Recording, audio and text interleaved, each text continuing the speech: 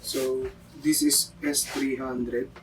Included na dyan yung Type-C, HDMI, and Type-C power cable.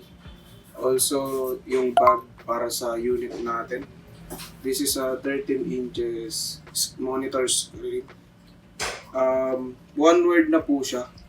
And pwede po natin i-display dito kung ano yung mga pwede nating gamitin. For example, magbi-video kayo or for gaming and streaming.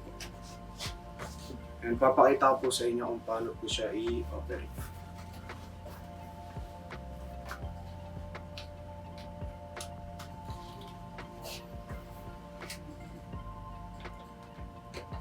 Okay, makikita natin dito na pwede po tayong gumamit dito ng for presentation.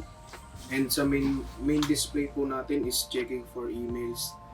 And dito po sa third na display po natin is meron po siya ditong for streaming or for gaming.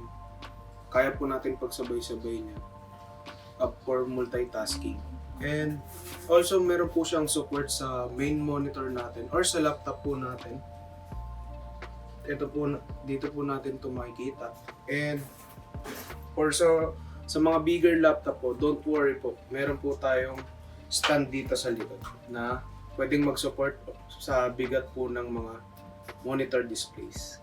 So this is S300 1920 by 1080p IPS panel. So any angle po is maganda po yung display niya. So the power system naman po, meron po tayo sa Windows na ito na compatible po siya sa Windows 10 and Windows 11. For MacBook po, meron po siyang M1 series, 2, M2 series, and also the M3 series po. Ang naka-connect dito is the Type-C to Type-C, or masasabi po natin siya na one-wire cable na po. So less po yung cable natin, so hindi po tayo masyadong magugulan sa cable management po natin. Yun po yung pinaka benefit po na ito, lalo na po kung medyo masikip yung working place po ninyo or yung kwarto nyo na paggagamitan.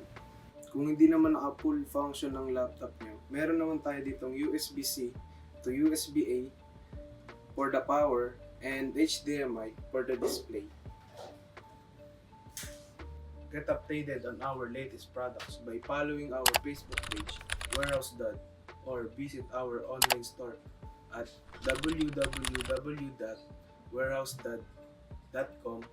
Thank you!